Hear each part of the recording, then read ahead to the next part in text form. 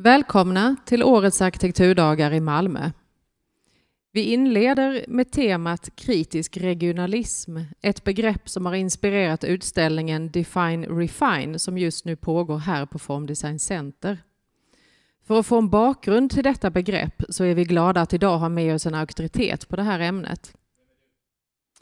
And for our international audience, we kick off this Swedish Architecture Days this year with the theme Critical Regionalism. Critical Regionalism has inspired the exhibition Define Refine that we opened here at Form Design Center last week.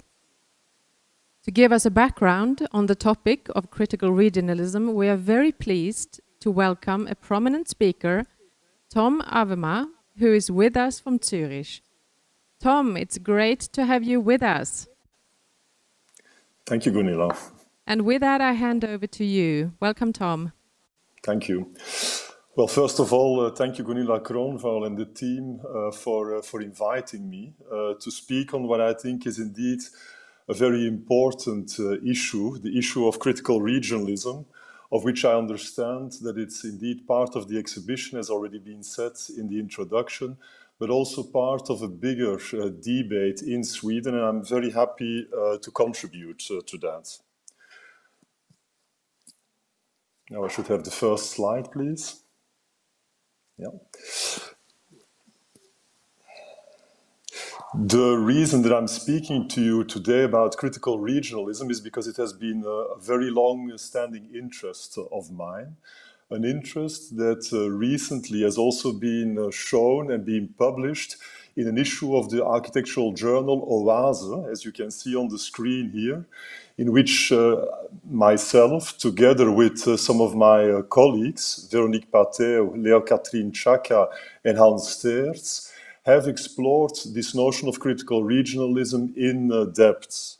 In this issue of Oase, we explore not only the history of critical regionalism, but we also explore its contemporary value. And that's also what I would like to speak about today in my talk. On the one hand, the history of this notion, and on the other hand, what it can mean for contemporary practice. For those of you who are interested in this notion of critical regionalism and want to read more, please visit our website. The website is oasejournal.nl. And in this, on this website, you can find all of the information on this particular issue. The issue of critical regionalism should be placed in, I think, the context of two very important debates. The first context is the remarkable context that the architecture of the modern movement has been for a very long time the reference for many architects throughout the 20th century and throughout the 21st century. So that's one context. The enormous reference frame that the modern movement has offered to architecture, to contemporary architecture. A second context is the context of a globalizing architecture, in which architecture seems to become more and more generic. Architecture in Hong Kong seems to look like architecture in London. Architecture in Zurich seems to look like architecture in Casablanca. This globalizing, generic tendency with which we are confronted. So this is another way of situating, let's say, this notion of critical regionalism. And there are two questions, let's say, that this critical regionalism is trying to respond to. First, what to do following the modern movement, how to proceed without becoming regressive. And secondly, how can we be modern without subverting to a globalized architecture? This notion of critical regionalism did emerge in a very particular context, and this context was the first Venice Architectural Biennale in 1980, which was titled The Presence of the Past, and which was curated by Paolo Portoghesi. You see the cover of the book, of the catalogue of the Venice Biennale here on the screen. And one of the big questions in that first Architecture Biennale was indeed the question of what to do after high modern architecture. A typical postmodern question, could we say. What to do? Should we continue the incomplete project of the modern? Should we revert to historical styles and architectures? This was the question that curator Paolo Portoghesi, but many of the co-curators in 1980 were asking to the architectural culture at large. It's a question that was asked in 1980, but it's a question that seems to be very, very topical today as well. Because if we look at your website in Sweden, www.Arkitekturdagarna, then we see that this question of choosing between the modern and the classic is, for instance, something which is very topical and I understand highly discussed in Sweden. Here we see an image of Göteborg, of course, where indeed people and parties, political parties, are indeed discussing where to go with the architecture of the city. Should it be modern? Should it be classic? It's exactly the same question that architects were asking in 1980 at the first Architectural Biennale. And I can see that in Sweden, in Göteborg, some protagonists are taking very, very clear positions concerning this question. Here we see, for instance, that the biggest parties in Göteborg, they want more what they call classical architecture. An architecture, as we can see from the rendering, which is clearly based on an idea of, indeed, an historical architecture, an architecture referring back to, indeed, a sort of neoclassic time of constructing the architecture of the city. The same was true in 1980. Paolo Portoghesi, who labeled his first architectural biennale The Presence of the Past, had a very clear idea where architecture should go. He believed that architecture should explicitly work with past elements, and he suggested to many architects contributing to the first biennale to start to think what could happen if one would look back to the past, deconstruct the past and reconstruct it as a new architecture. And that's what we see when we look at the so-called Strada Novissima, in which indeed many well-known architects, you see some of their names on the screen here, people like Franco Gehry, Arata Isozaki, Robert Venturi, Franco Purini, Riccardo Bofill, they were all creating a new architecture which was quite literally a sort of mimetic interpretation of architectures of the past. This was Portoghesi's idea, but there was one man in the curatorial team who didn't agree with that, who didn't believe that the modernity of architecture would be very simply a reconstruction, or a rather literal reconstruction of the past. And this man was the British architectural critic, Kenneth Frampton, working in the US, working at Columbia University at the time already, and saying that what Frampton was saying is there is another way to go beyond high modernism. There is another way to be modern, which does not demand that we fully return to the language of the past. So this notion of Frampton's idea was that indeed the strategy or the path that Portoghesi was suggesting with his presence of the past was not the right direction to go, and that there must be an alternative position, an alternative way of thinking about the modernity of architecture. And Frampton's counter-proposal was indeed what he called critical regionalism. A different sort of approach to architecture, not relying solely on the past, but a different sort of attitude to architecture. Critical regionalism, of which Frampton immediately said that it shouldn't be confused with the regionalism of the 1930s. As many of you might know, in the 1930s, regionalism was a very much promoted style, I would say, or approach in architecture, which was related to a very romantic idea of the region, of how architecture emerged from certain regions, was related to vernacular building forms, was related to craft, with a very sort of essential idea of what the region represented as something that had been there for a long time and that should be there for a long time. Frampton's idea about critical regionalism was a completely different understanding of regionalism. And what I would like to do right now is indeed to explore with you what he really meant by this notion of critical regionalism.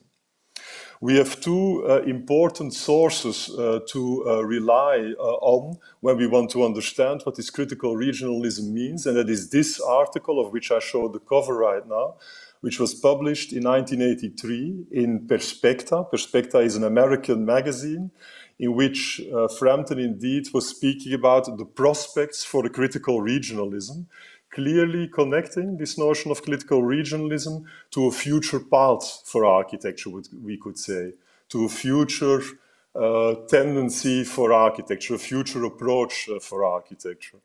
And then there is a very important second publication, and this is published in a book, which is the chapter, we could say, towards a critical regionalism, 6 points for an architecture of resistance, where Frampton is saying that critical regionalism is not only a future path, but is also a path of resistance. Resistance of architecture, particularly understood in a globalized world.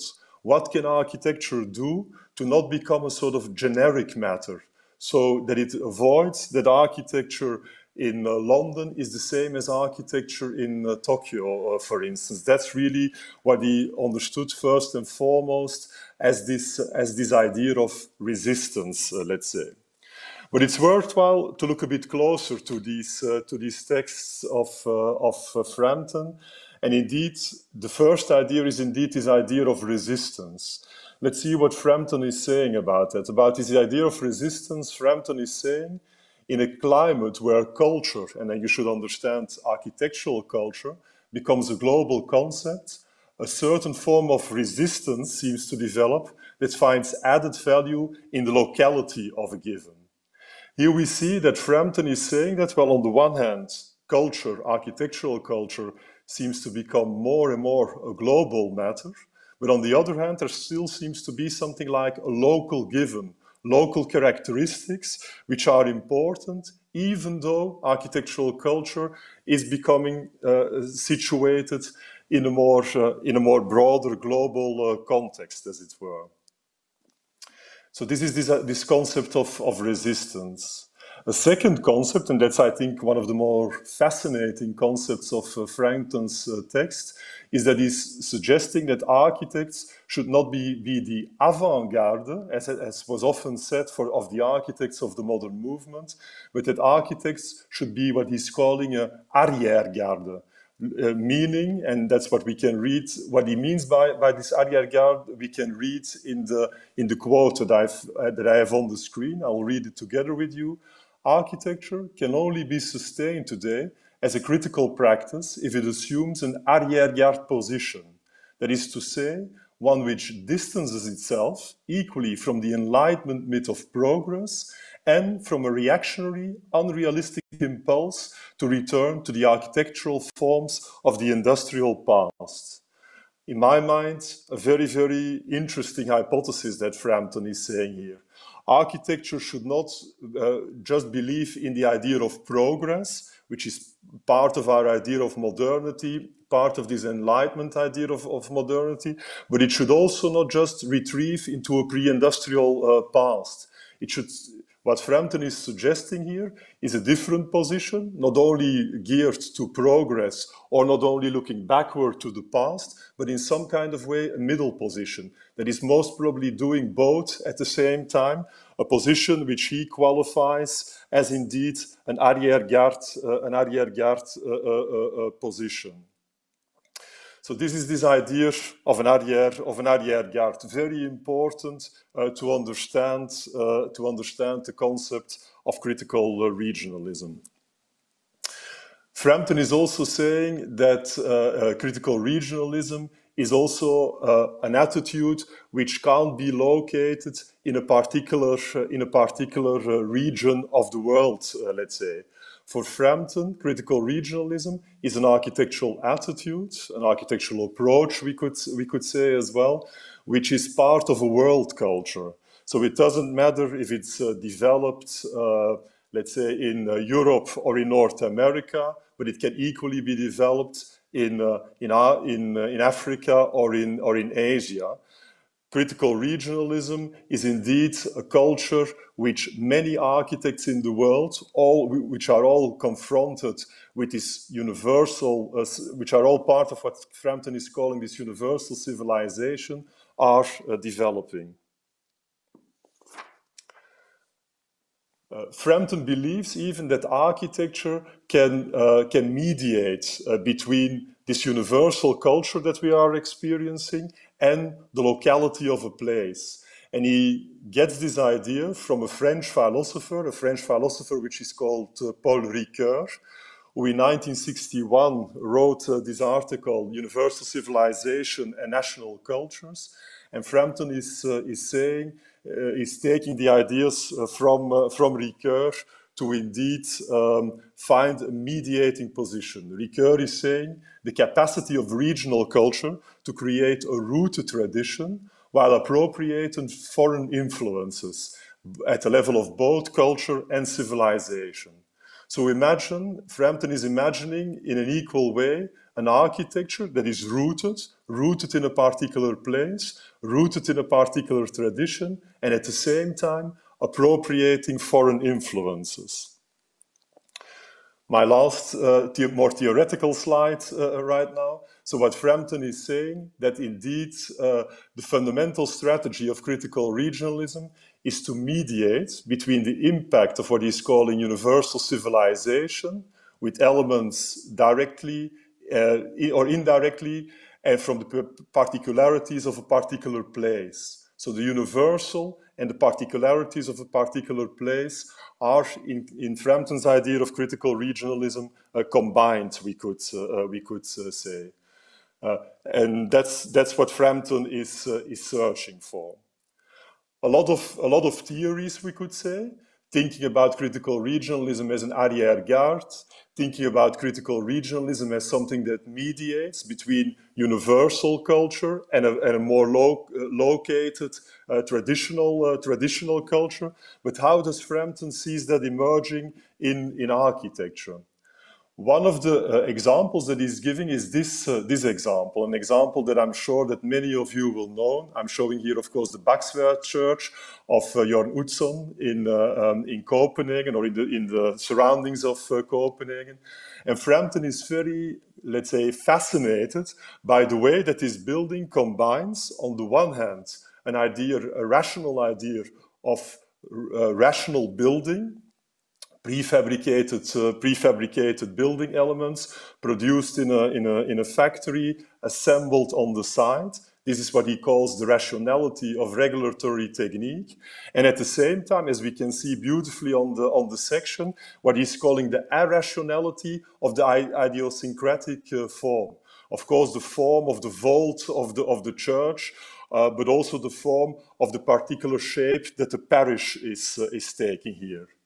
For Frampton, this Baksværd Church shows how architecture can mediate between the rationality and maybe the universality of a prefabricated way of constructing on the one hand, and on the other hand, the irrationality, as he's calling it, or the particularity, we could say, of indeed the form that a parish is taking in a particular place, with, of course, beautiful results. To the left-hand side, we see very, very clearly how these prefabricated concrete elements, they are indeed making up the entire architecture, we could say, of this building, as well the floors as the walls, and even prefabricated elements in the ceiling.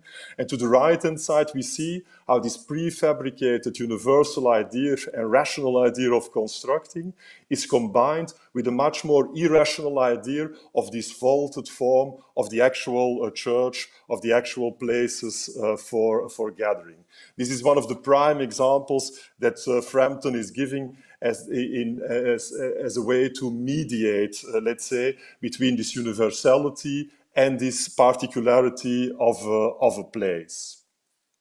But Frampton goes further, of course. He starts to become more and more clear about what critical regionalism can mean.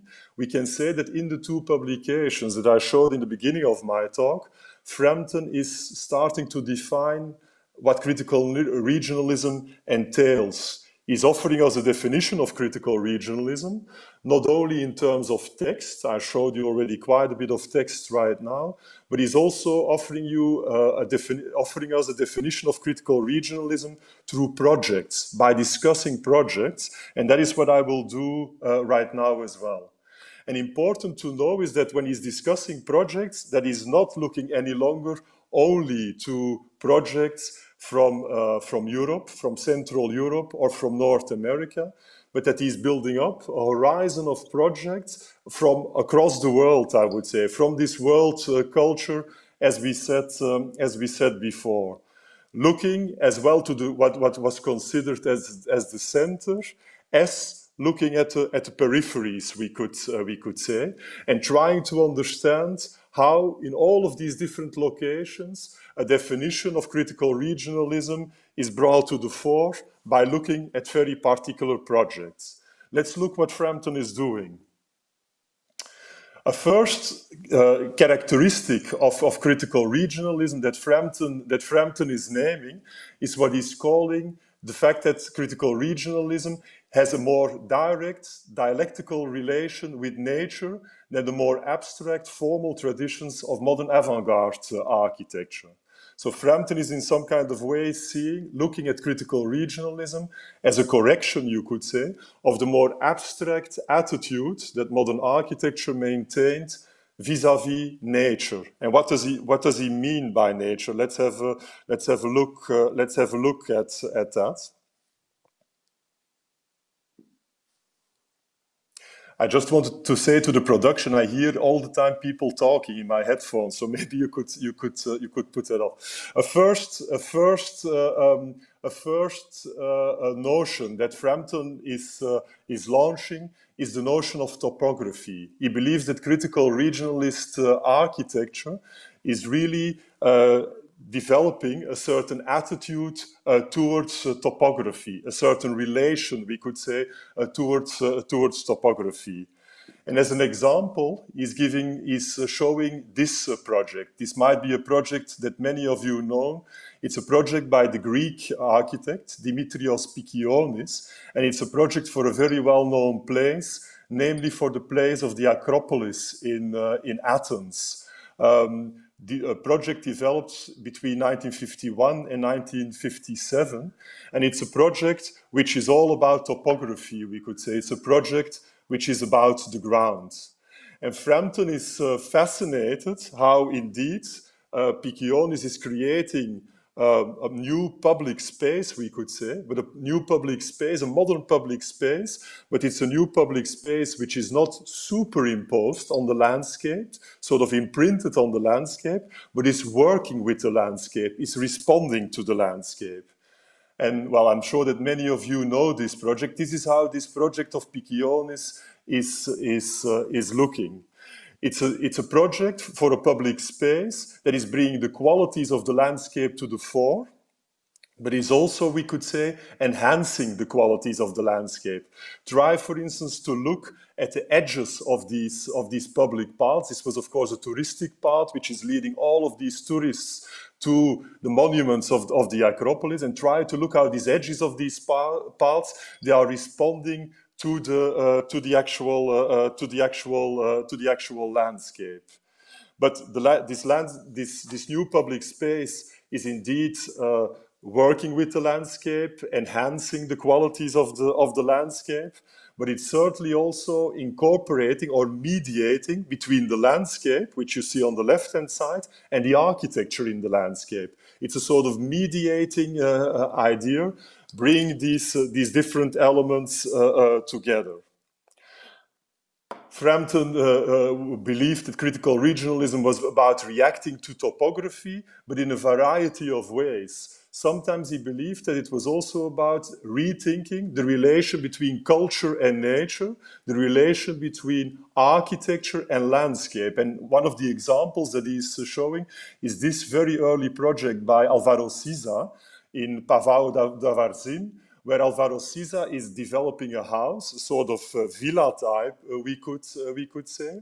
And of course, normally a villa is a house in the middle of a plot. There's a very clear distinction between culture, the architecture of the villa, and nature, the architecture of the garden, let's say. But what Siza is doing, as we can already see in the plans to the right, is in some kind of way searching for a different sort of relation between culture and nature, between architecture and the landscape of the garden, let's say.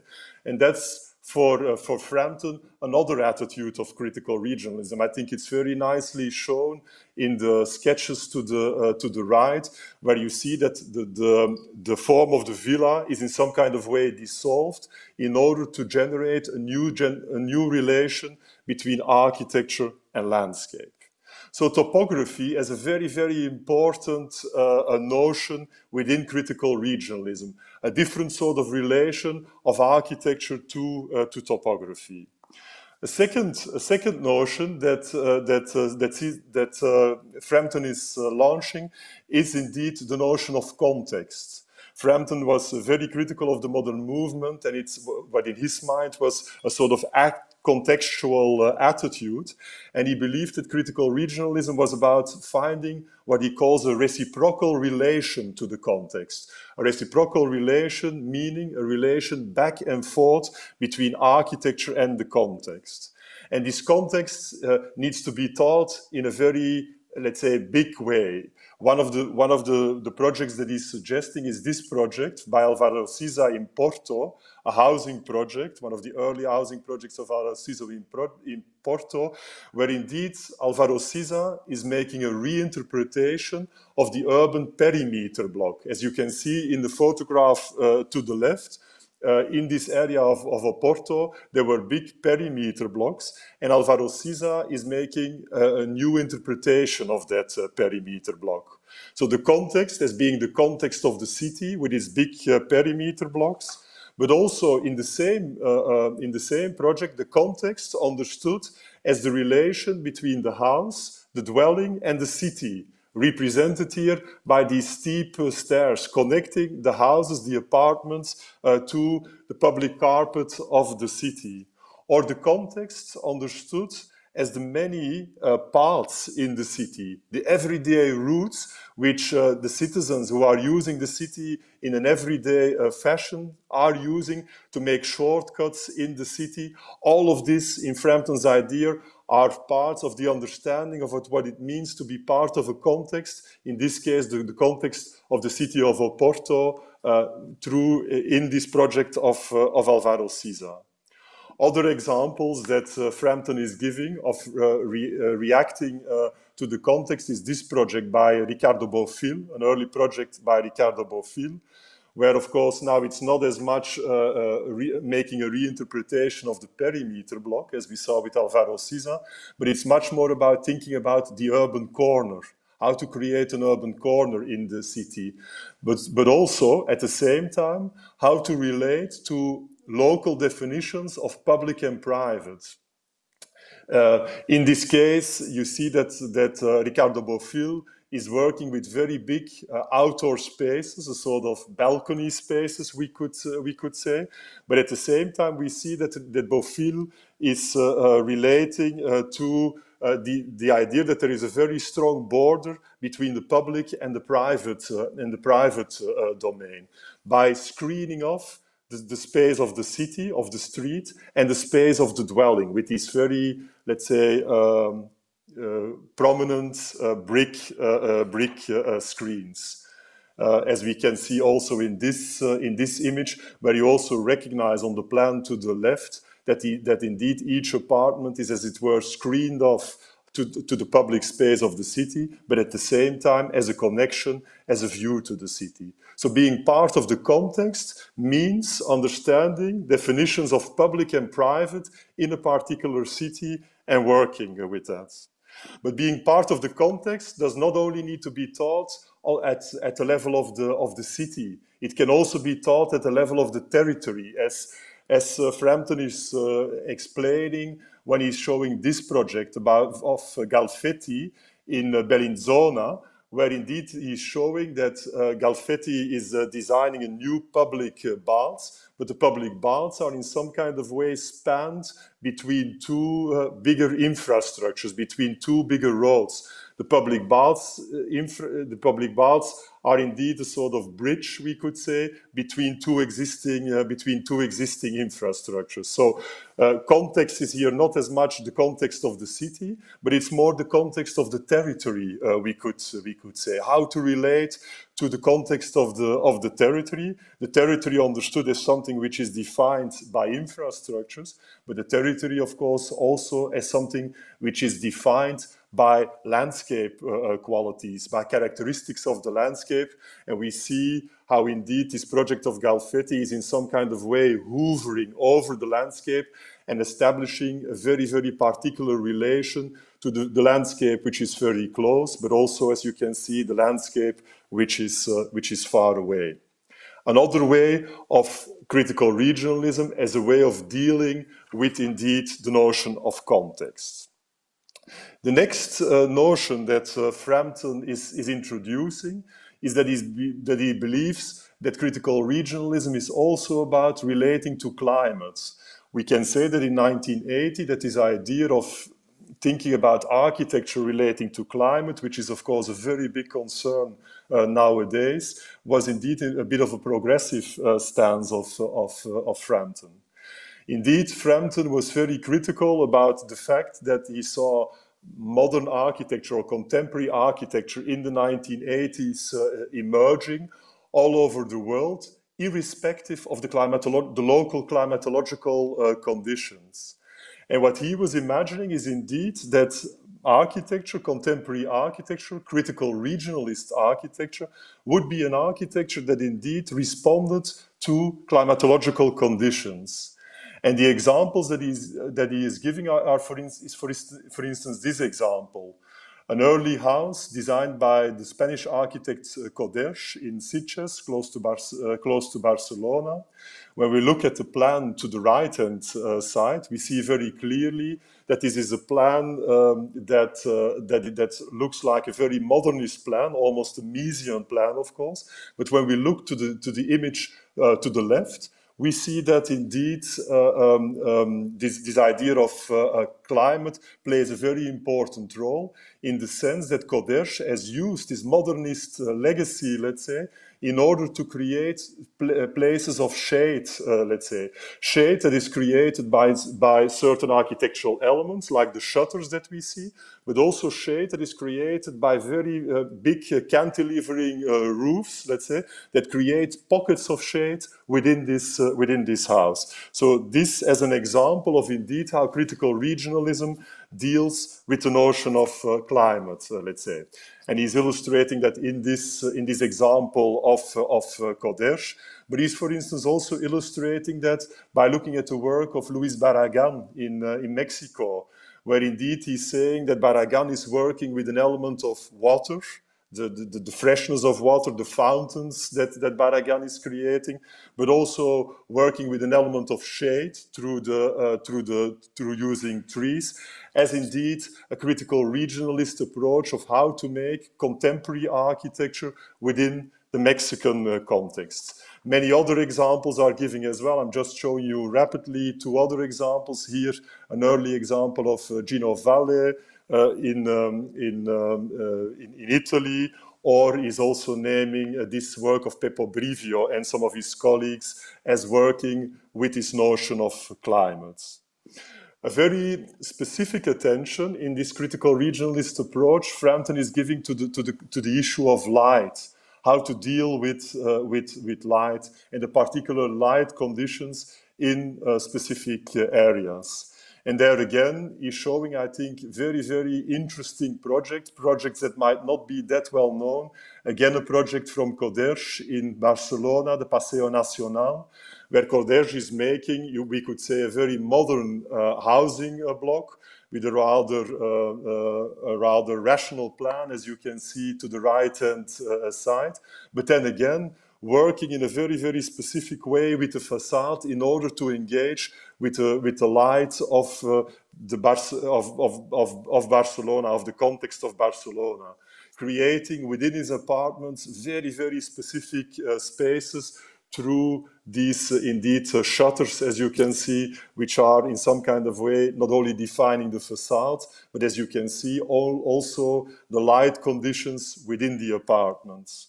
Or another example that Frampton is giving is again Barragán in Mexico, one of the early houses of Barragán of 1947, where he's really explaining how Barragán is working with a very intense light and creating different conditions, different spatial conditions, different dwelling conditions, with working with the light in various ways. Here you see how the light is caught from a very high window into the living space, but in the same house we have a more tempered light to what you see to the left. This is an outside space, and a very heavy light enhanced by colors to the right, all in the same sort of architecture. So critical regionalism as a way of working indeed with light.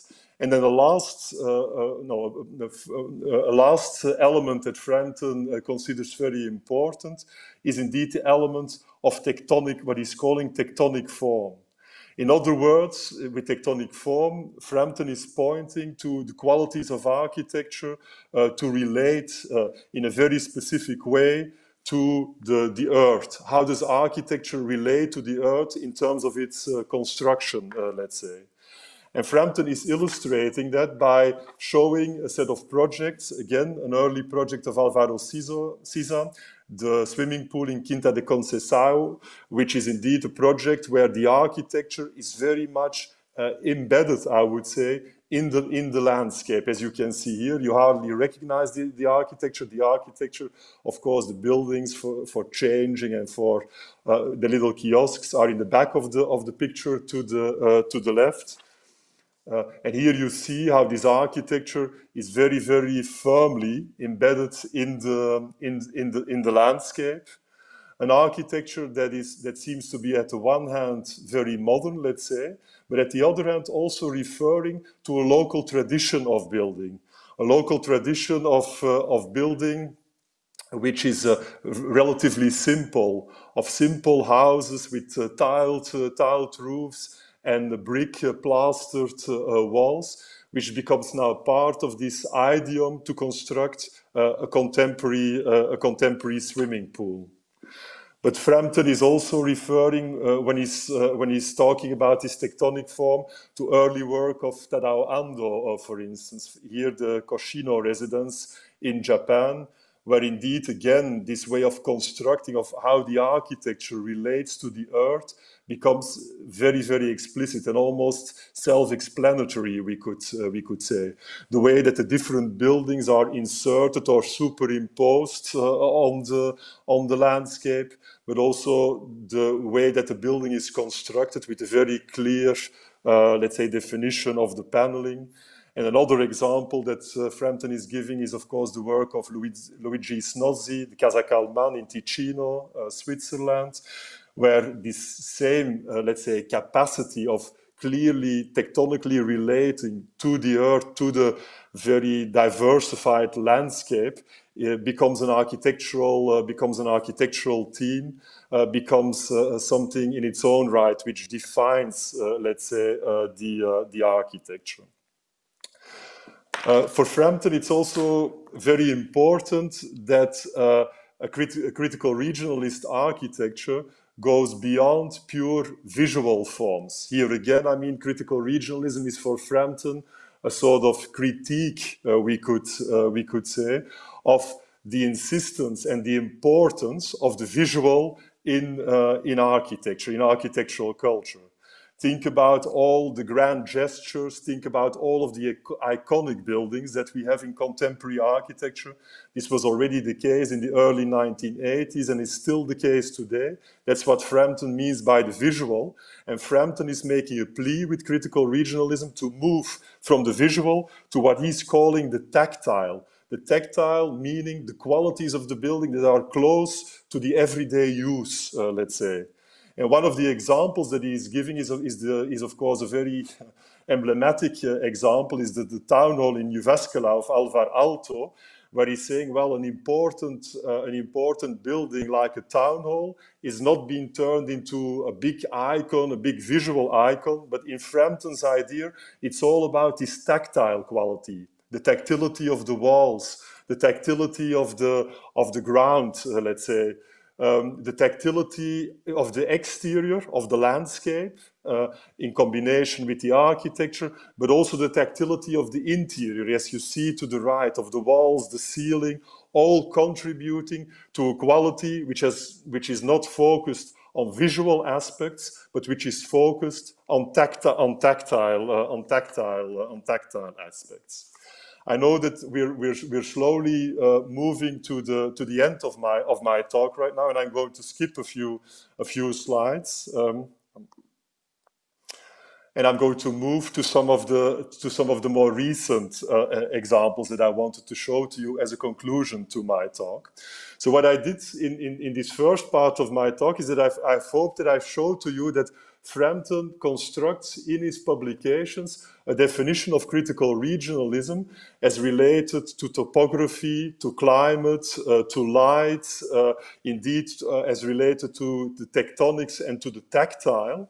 And this was of course a definition which was made or was constructed in the 1980s. But what I believe is that this notion of critical regionalism is still very valid for our contemporary architectural practice. And that's what I would like to end with by showing you 3 instances of contemporary architectural practice from the lowlands, from the Netherlands and from Belgium, or by offices from the lowlands that come from Belgium and from the Netherlands, and how they work with critical regionalism. So the last minutes of my talk I will use to do that.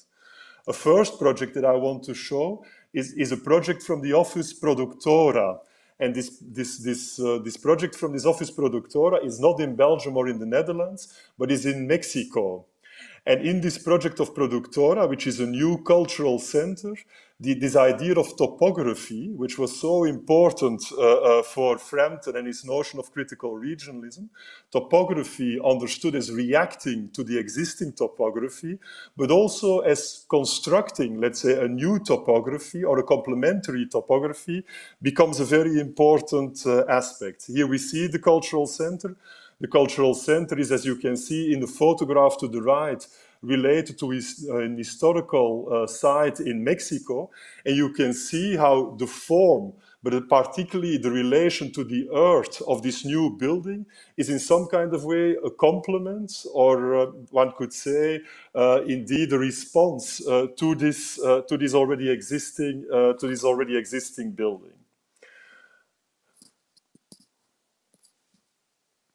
A second project that I want to show to you is a project for a small house in Belgium, where indeed the architects again relate to this idea of context, let's say. It's a small house in a village. It's a project of 2015, where the architects did not choose to rely on, let's say, the heritage of the modern movement to create a new building, but indeed relied on the heritage of village architecture in order to define an alternative.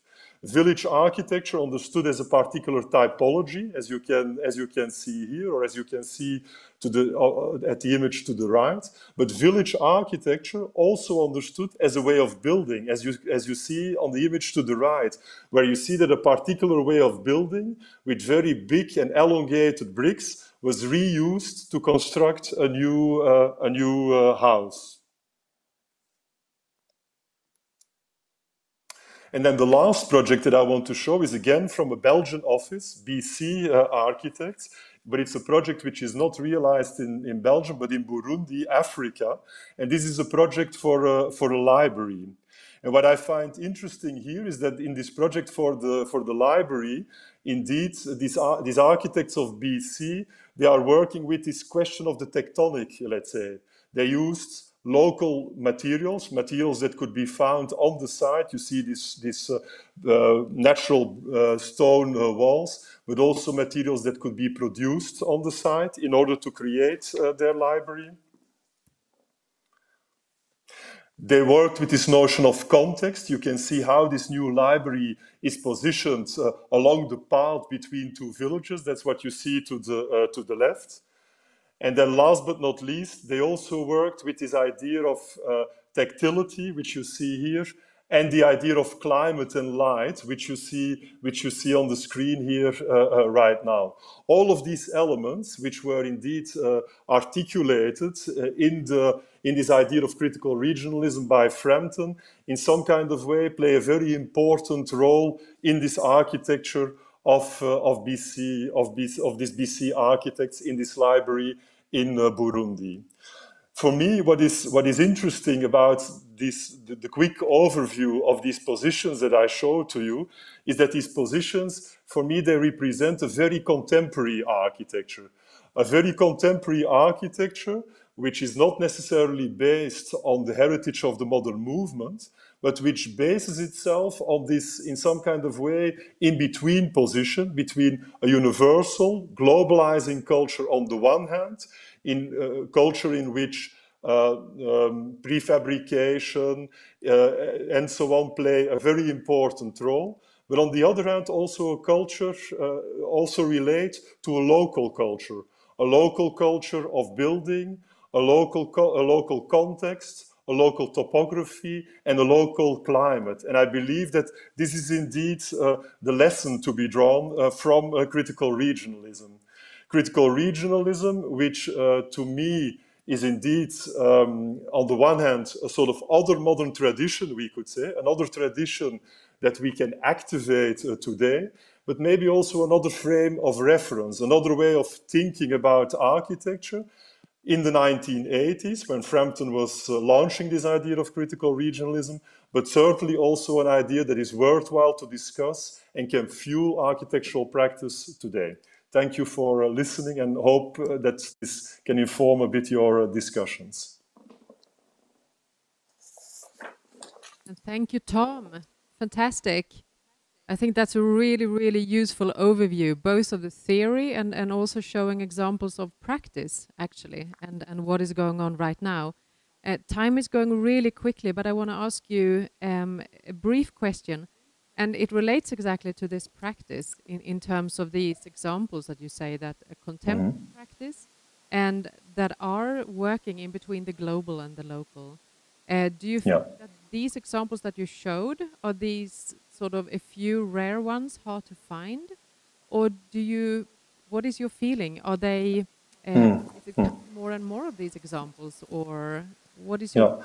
Well, I think that what is very interesting is, of course, we see globally still, I think, around the world, because you noticed that I took examples. They were all by Belgian offices, but in very different places in the world.